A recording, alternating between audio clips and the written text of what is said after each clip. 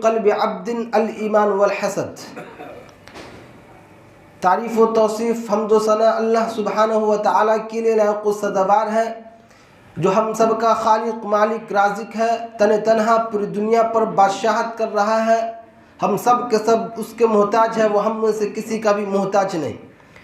बेशबहा दरूद व सलामती व तमाम अंबिया किराम अलैहिमुस्सलातु वस्सलाम पर, खुसूसन नबी मुहतरम रसूल मुअज़्ज़म सरवर दो आलम सल्लल्लाहु अलैहि वसल्लम पर. दीनी भाइयों, बुज़ुर्गों, दोस्तों, आज मैंने जिस मौजू का इंतखाब किया है वो है हसद और उसकी तबाहकारियाँ. आइए सबसे पहले हसद के मफ़हूम को समझते हैं.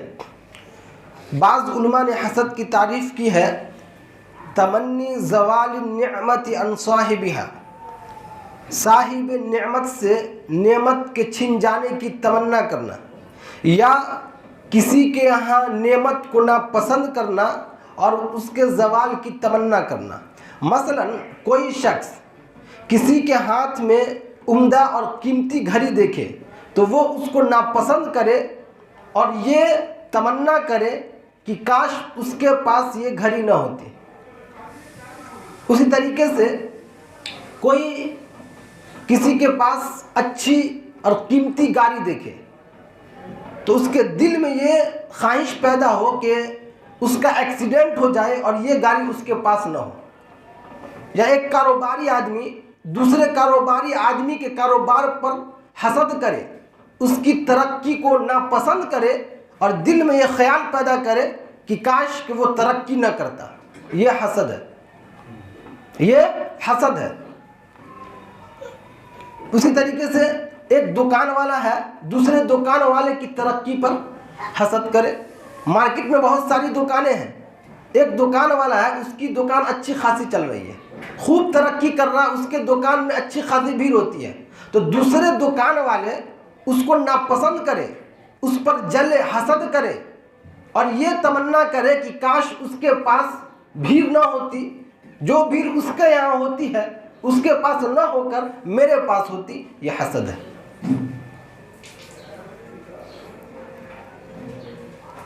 बाज़ औक़ात इंसान सिर्फ इतनी तमन्ना करता है कि ये नेमत चाहे मेरे पास हो या ना हो उस शख्स के पास नहीं होनी चाहिए. ये भी हसद है. और बाज़ औक़ात इंसान ये तमन्ना करे कि ये नेमत उसके पास नहीं होनी चाहिए बल्कि मेरे पास होनी चाहिए. अल्लाह ने उसको जिस नेमत से नवाजा है वो इसके लायक नहीं है, वो नेमत का मुस्तहिक नहीं है, वो नेमत उसके पास नहीं होकर मेरे पास होनी चाहिए. ये हसद है. ये मिसालें और इन जैसी दिगर कई मिसालें हसद के मफ़हूम को वाज़ेह करती है. इनसे मालूम होता है कि हसद दर हकीकत किसी के यहाँ नेमत को देखकर नापसंद करना और उसके ज़वाल की तमन्ना करना, यह सोचना कि काश उसके पास ये नेमत ना होती या उसकी नेमत छिन जाए. और एक होता है रश्क। रश्क कहते हैं कि जब आप किसी के यहाँ कोई नेमत देखें तो उस पर रश्क करें और कहें कि काश अल्लाह रब्बुल आलमीन मुझे भी इस नेमत से नवाजता, तो ये जायज़ है। मसलन कोई किसी के हाथ में उम्दा और कीमती घड़ी देखे तो वो उस पर रश्क करे और कहे कि काश अल्लाह रब्बुल आलमीन मुझे भी इस तरह की घड़ी से नवाजता, तो ये जायज़ है। एक कारोबारी आदमी दूसरे कारोबारी आदमी की तरक्की पर रश्क करे और कहे कि काश मेरा भी कारोबार इसी तरीके से तरक्की करता, तो इस बिना पर हम कह सकते हैं कि रश्क जायज़ है और हसद नाजायज़ है। और रश्क कैसे जायज़ है? सही मुस्लिम में नबी सल्लल्लाहु अलैहि वसल्लम ने फरमाया, अब्दुल्लाह बिन उमर रज़ियल्लाहु ताला अन्हु हदीस के रावी हैं, आपने फरमाया कि ला हसद इल्ला फी इत्नतैन, सिर्फ दो आदमी ही काबिल रश्क हैं। दो आदमी ऐसे हैं जिन पर रश्क किया जा सकता है। रजुलुन आताहुल्लाहुल कुरान, एक वो आदमी जिसे अल्लाह रब्बुल आलमीन ने कुरान का हाफिज बनाया, वो दिन रात कुरान की तिलावत करता है, तो हम और आप उस पर रश्क कर सकते हैं कि काश अल्लाह रब्बुल आलमीन मुझे भी इस तरह कुरान का हाफिज बनाता ताकि मैं भी दिन रात कुरान की तिलावत करता। और दूसरा वो आदमी जिसे अल्लाह रब्बुल आलमीन ने मालो दौलत से नवाजा, अब वो अल्लाह के रास्ते में दिन रात माल लुटाता है, अल्लाह के रास्ते में माल खर्च करता है, तो हम उस पर ये रश्क कर सकते हैं कि काश मुझे भी अल्लाह रब्बुल आलमीन इसी तरह माल दौलत से नवाजता ताकि मैं भी तेरे रास्ते में दिन रात माल खर्च करता। तो दो आदमी काबिल रश्क है, तो रश्क जो है जायज़ है और हसद नाजायज़ है। दीनी भाइयों बुजुर्गों दोस्तों, हसद एक ऐसी बीमारी है जिसके अंदर पाई जाए उसकी ज़िंदगी ना खुशगवार हो जाती है, उसकी ज़िंदगी तबाह और बर्बाद हो जाती है, उसकी ज़िंदगी में खुशियाँ बाकी नहीं रहती। चुनांचे बाद हुक्मा का कहना है कि सलासतुन ला यनहु लिसाहिब आइशु, कि तीन चीज़ें ऐसी हैं जिसके अंदर पाई जाए उसकी ज़िंदगी खुशगवार नहीं होती बल्कि उसकी ज़िंदगी तबाह हो जाती है। बुग़्ज़, हसद और बदअखलाकी, ये तीन चीज़ें जिसके अंदर पाई जाए समझ लीजिए कि उसकी ज़िंदगी से खुशगवारी ख़त्म हो जाती है, उसकी ज़िंदगी में खुशगवारी बाकी नहीं रहती। मेरे भाइयों, मैं आपको बताऊं कि हसद एक ऐसी बीमारी है जो अपने साथ दीगर कई बीमारियों को जन्म देती है। बज़ाहिर ऐसा लगता है कि ये एक गुनाह है, ये एक ऐब है, ये एक बीमारी है, लेकिन ये अपने साथ कई सारी बीमारियों को जन्म देती है। जिसके अंदर हसद होगा उसके अंदर बहुत सारी बीमारियां पाई जाएगी। मसलन बुग़्ज़, नापसंदीदगी, नफरत, कीना, कपट, अल्लाह की क़ज़ा क़द्र पर नाराज़गी, डिप्रेशन, गम, परेशानी, ये तमाम बीमारियां हसद के नतीजे में पैदा होती है। इसलिए कि जब बंदा किसी से हसद करता है तो उससे नफरत करने लगता है, उससे दुश्मनी करने लगता है, उसके दिल में बुग़्ज़ पैदा हो जाता है और उसी तरीके से डिप्रेशन का शिकार हो जाता है। चैन नहीं, सोचता है कि वो इस तरीके से तरक्की कर रहा है, उसको ये नेमत मिल गई, बंदा परेशान हो जाता है। हसद करने वाला हसद की आग में जलता रहता है, अपनी जिंदगी से बिल्कुल परेशान हो जाता है, डिप्रेशन का शिकार हो जाता है, इसलिए कि दूसरे की खुशी उसको देखी नहीं जाती, बेचैन रहता है। और उसी तरीके से एक और जो बीमारी पैदा होती है हसद से, वो अल्लाह के फैसले पे नाराजगी। अल्लाह ने नेमत दिया है, आप जिस पर हसद कर रहे हैं और जिस नेमत पर हसद कर रहे हैं, अल्लाह रब्बुल आलमीन नेमत से नवाजने वाला है, तो गोया आप अल्लाह के फैसले पर एतराज़ करते हैं, अल्लाह के तकदीर पे आप राज़ी नहीं हैं।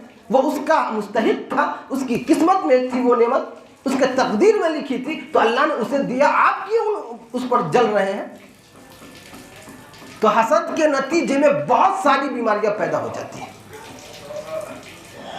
दीनी भाइयों बुजुर्गों दोस्तों, अल्लाह रब्बुल आलमीन ने कुरान मजीद में और नबी सल्लल्लाहु अलैहि वसल्लम ने मुतअद्दिद अहादीस में हसद की मज़म्मत बयान की है। चुनांचे अल्लाह रब्बुल आलमीन ने फरमाया, अम यहसुदून अन्नास अला मा आताहुमुल्लाहु मिन फज़ली, क्या वो लोगों से सिर्फ इसलिए हसद कर रहे हैं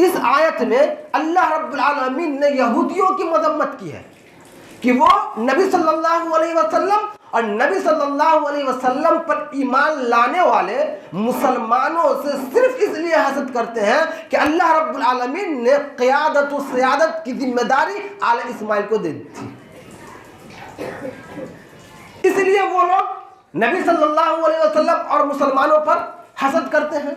उसी तरीके से नबी सल्लल्लाहु अलैहि वसल्लम ने फरमाया, मा हसदतकुमुल यहूदु अला शैइन मा हसदतकुमुस सलाम व तामीन। इब्न माजा की रिवायत है कि यहूद जितना तुम पर सलाम और आमीन पर हसद करते हैं उतना किसी और चीज पर हसद नहीं करते हैं।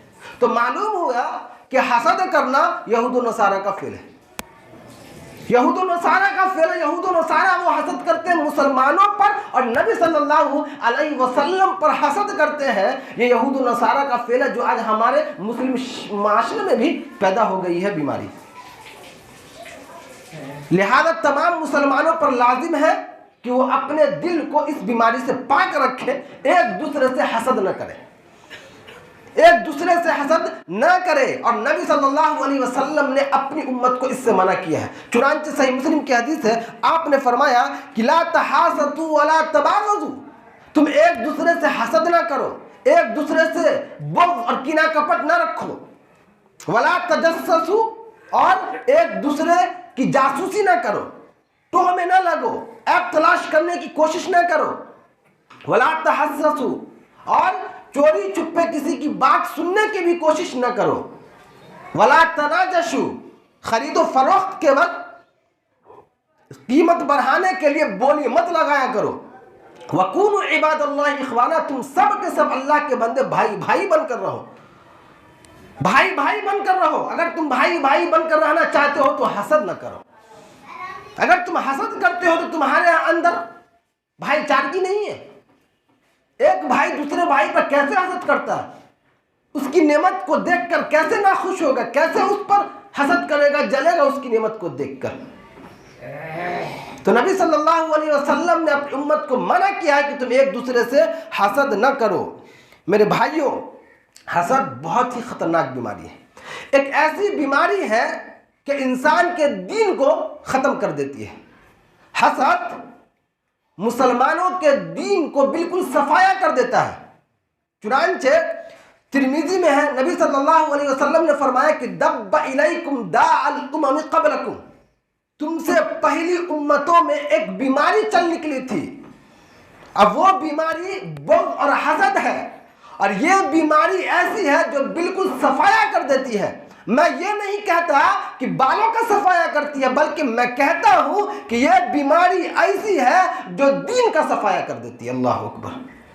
अब सोचिए, हसद एक ऐसी बीमारी है जो मुसलमानों के दीन का सफाया कर देती है। जिसके अंदर यह बीमारी है उसके अंदर दीन नहीं है, उसका दीन खत्म हो जाएगा, उसका दीन खत्म हो जाएगा। उसी तरीके से दीनी भाइयों, बुजुर्गों, दोस्तों, नबी सल्लल्लाहु अलैहि वसल्लम ने फरमाया कि दो भूखे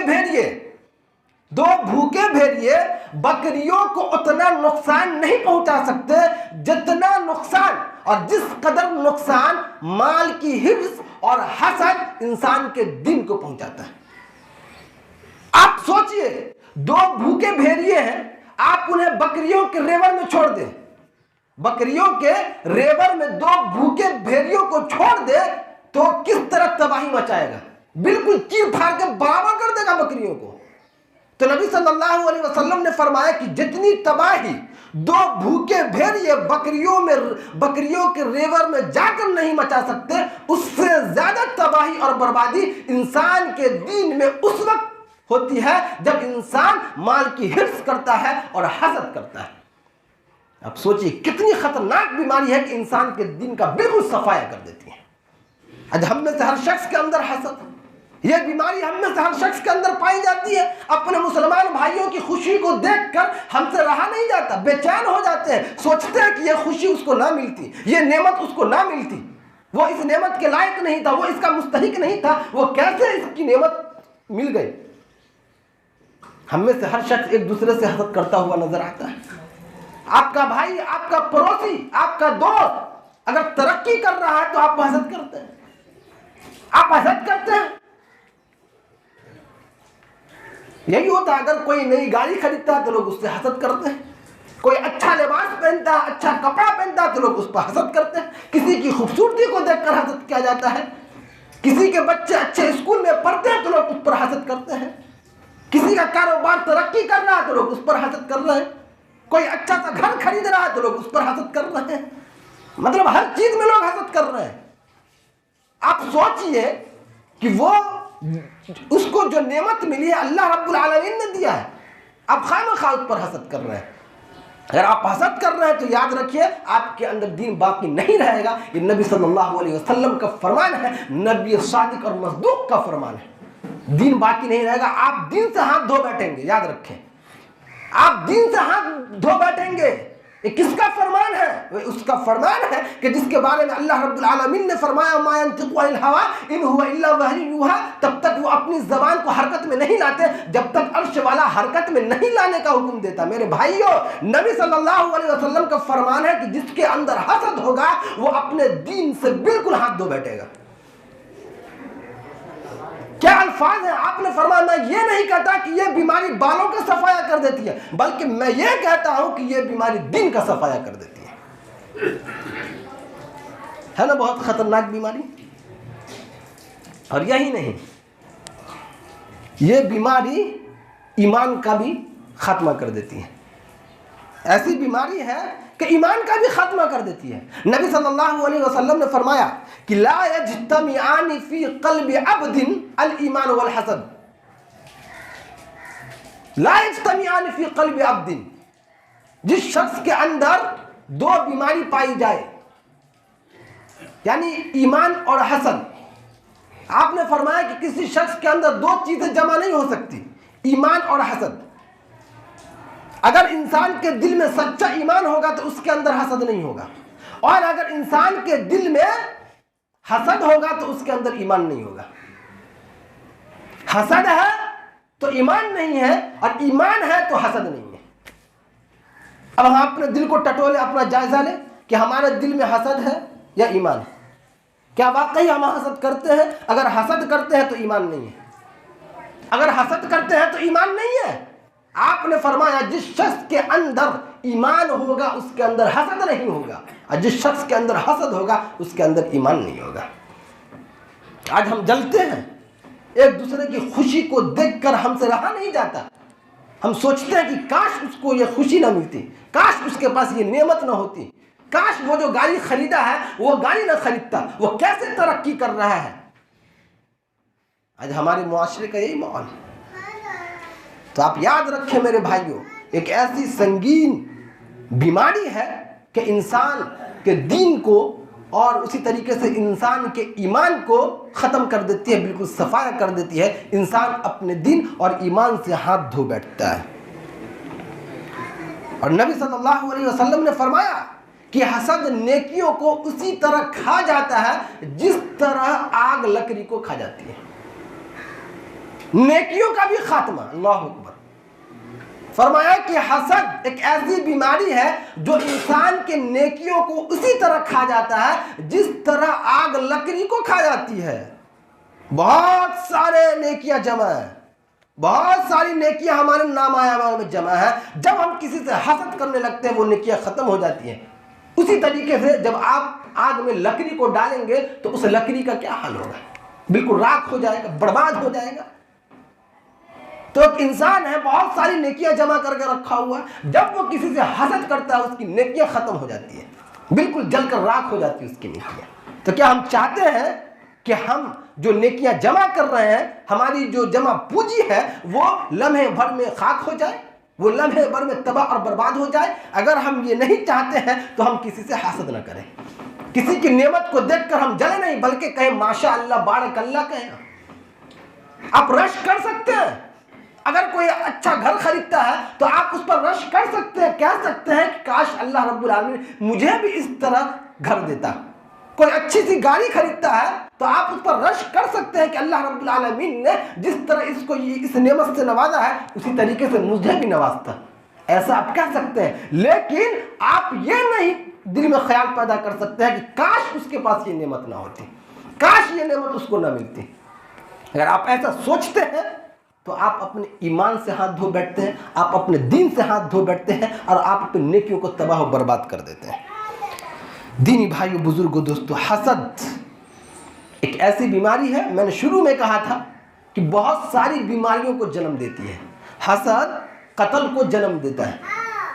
हसद की वजह से बंदा कत्ल करने से भी दरग नहीं करता है। इसकी वादे मिसाल हाबिल और काबिल का किस्सा है।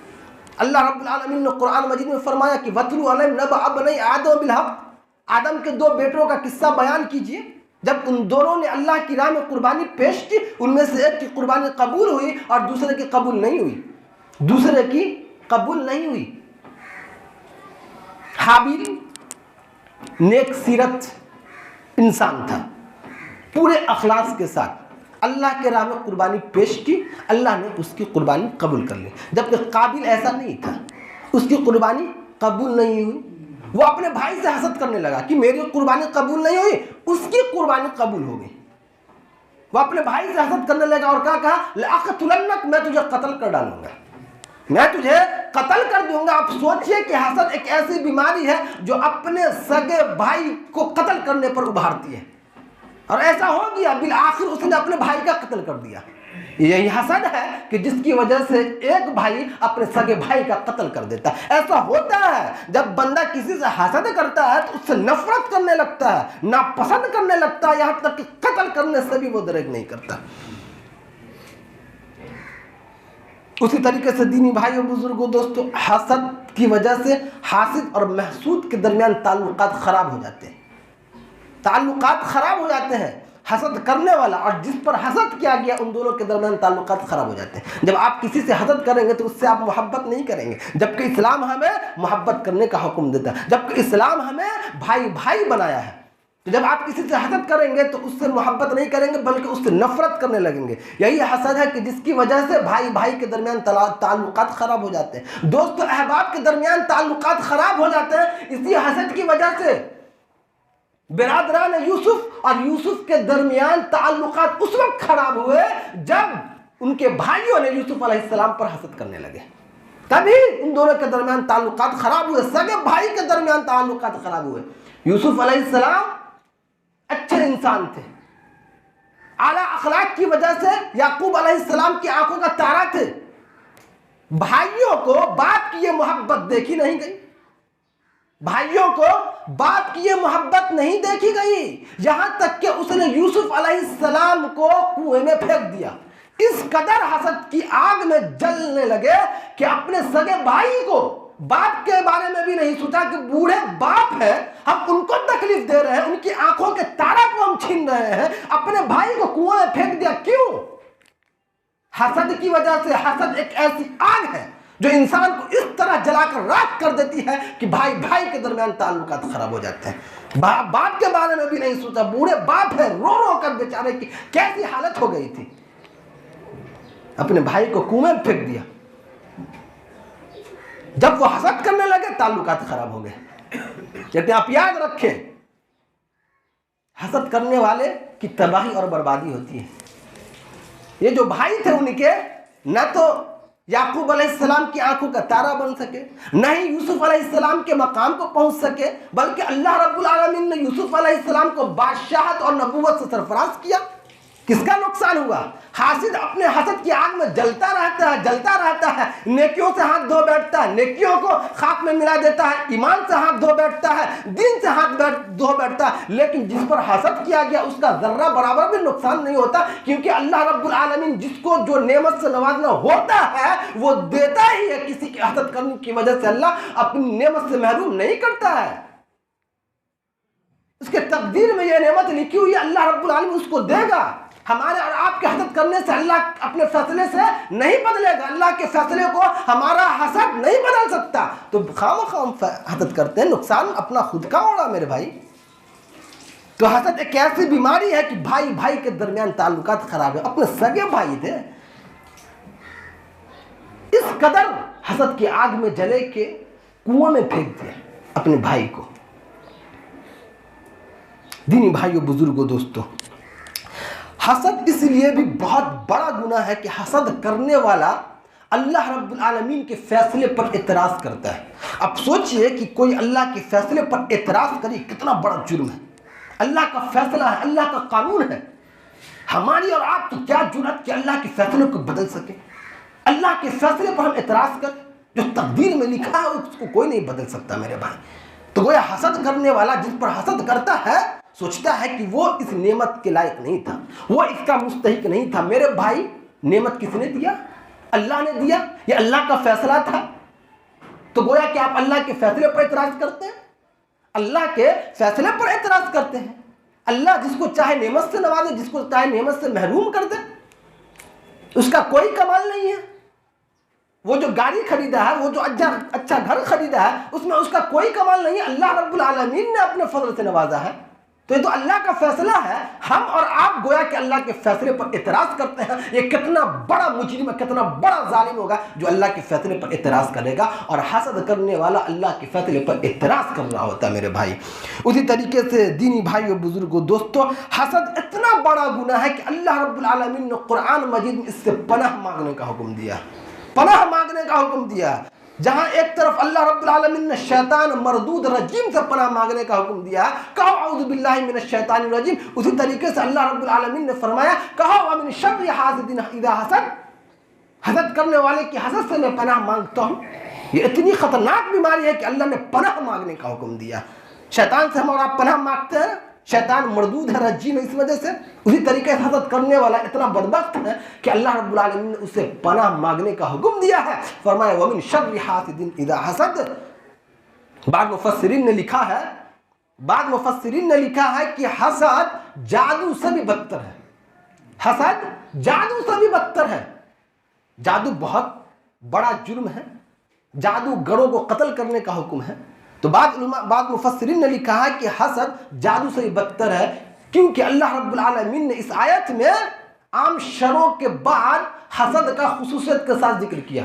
कुल औज़ु बिरब्बिल फलक मिन शर्रि मा खलक व मिन शर्रि गासिकिन इज़ा वक़ब व मिन शर्रि नफ़्फ़ासाति फ़िल उक़द व मिन शर्रि हासिदिन इज़ा हसद। हसद का अल्लाह रब्बुल आलमीन ने खुसूसियत के साथ जिक्र किया आम शरों के बाद। तो इसीलिए बाद मुफस्सिरीन ने कहा इतना बड़ा जुर्म है कि जादू से भी बदतर है।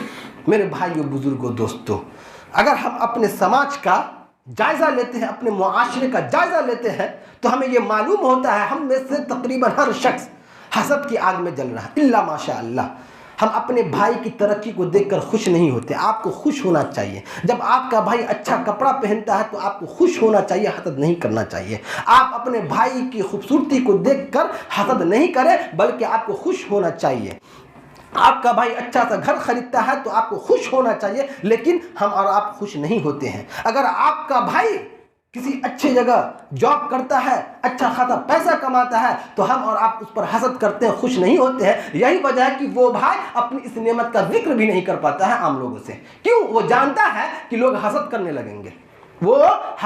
लगेंगे, तो इसीलिए वो भाई आम लोगों से अपनी नेमत का जिक्र भी नहीं करता। अगर किसी के बच्चे अच्छे स्कूल में पढ़े तो लोग हसद करते हैं, अगर किसी के बच्चे स्कूल में टॉप करे तो लोग उस पर हसद करते हैं, तरह तरह की बातें बनाते हैं। मेरे भाइयों, इतनी खतरनाक बीमारी है, आप सोच नहीं रहे हैं कि आप अपने दिन को खैराबाद कर रहे हैं, आप अपने दिन से हाथ धो बैठ रहे। क्यों इस तरह की परेशानियों में आप मुब्तला हो रहे हैं, डिप्रेशन का शिकार हो रहे हैं, और कोई काम नहीं है आपको?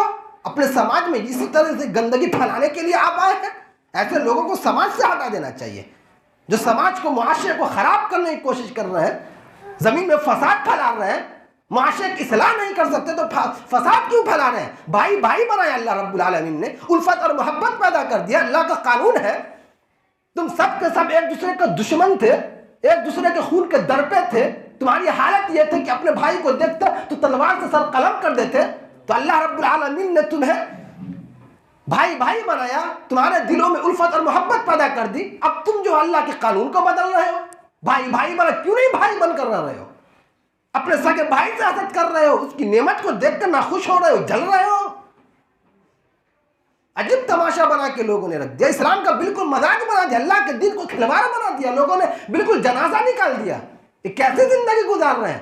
कोई डर नहीं है, कोई खौफ नहीं है, जो मन चाहे वो करे, अपने भाई को गाली दे, हसद करे, उसकी नेमत को देखकर नाखुश हो, शिकवा शिकायत करे कि हराम कमाता है इसी वजह से घर खरीदा है, हराम का पैसा सूद कमाता है, इसी वजह से घर खरीदा है। हसद की आग में न जाना क्या क्या बोलते हैं, अपने भाई की इज्जत को नीलाम करते हैं, उसको बदनाम करने की कोशिश करते हैं, सैकड़ों ऐब उस पर लगा देते हैं। ये हसद ही है कि जिसकी वजह से बंदा अपनी जबान को भी खराब करता है, इस जबान की वजह से वो जहन्नम में चला जाता है। ये कोई मामूली सी बीमारी नहीं है, बहुत खतरनाक बीमारी है, बहुत खतरनाक बीमारी है। जिसके पास दीन ना हो मेरे भाई, आप सोचिए वो कैसा है। जिस शख्स के अंदर ईमान नहीं हो तो फिर उसकी क्या हैसियत है? कोई हैसियत है अल्लाह के नजदीक? कोई हैसियत है? दिन नहीं है, कोई हैसियत है? जिंदगी भर की नेकियां हमारी खाक में मिल जाए, फिर हमारी क्या हैसियत रहेगी अल्लाह के नजदीक? अपनी हैसियत को बचा कर रखे, अपने मकाम को बचा कर रखे, अच्छे से जिंदगी गुजारे। भाई भाई हैं, खुश रहे। अगर अल्लाह ने अपने भाई को कोई नेमत से नवाजा, आप कहें माशा अल्लाह, बारक अल्लाह, अल्लाह आपको मुबारक करे, इस नेमत को हमेशा आप पर साया फगन रखे। आप इस तरह दुआ दें, अगर आप इस तरीके से दुआ देंगे तो फरिश्ते आमीन कहेंगे और वो नेमत आपको ही मिल सकती है। लेकिन आप हसद करेंगे तो कसम अल्लाह की, हसद करने वाला का कुछ नहीं होगा। जिस पर हसद किया जा रहा उसका कुछ नहीं होगा। वो पनाह मांगेगा, वो पनाह मांगेगा, नुकसान आपका होगा। क्यों खामखा नुकसान उठाना चाहते हैं? क्यों खामखा अपने दिन को खराबात कर रहे हैं? क्यों खामखा अपने ईमान से हाथ धो बैठते हैं? अपने भाई की किसी भी नेमत पर ना खुश ना हो, बल्कि खुश हो जाए, उसको मुबारकबाद दे, माशा अल्लाह, बारक अल्लाह कहें। मेरे भाइयों, ये इस्लाम का तकाज़ा है। नबी सल्लल्लाहु अलैहि वसल्लम ने हमें यही सिखाया है। हम नबी सल्लल्लाहु अलैहि वसल्लम को फॉलो करते हैं, आपके तरीके पर चलते हैं, तो आपने हमें जो सिखाया है हम वही चीज़ सीखें, अपने मुआशरे में वही चीज़ लाने की कोशिश करें। अल्लाह रब्बुल आलमीन से दुआ करें कि अल्लाह रब्बुल आलमीन हम तमाम लोगों के दिलों को इस ख़तरनाक बीमारी से महफूज रखें। अल्लाह रब्बुल आलमीन हम तमाम लोगों से इस हसद जैसी ख़तरनाक बीमारी को ख़त्म कर दे। अल्लाह रब्बुल आलमीन हम तमाम लोगों को उल्फत और मोहब्बत करने वाला बना दे। अल्लाह रब्बुल आलमीन हम तमाम लोगों को अंदर ये तौफीक दे कि हम एक दूसरे की खुशी को देखकर खुश हो जाए और एक दूसरे को बुराई में देखकर, एक दूसरे को गम और परेशानी में देखकर हम गमगीन हो जाए। अल्लाह रब्बुल आलमीन हम तमाम लोगों के दिलों में उल्फत और मोहब्बत पैदा कर दे। आमीन व आखिर दावाना अल्हम्दुलिल्लाहि रब्बिल आलमीन।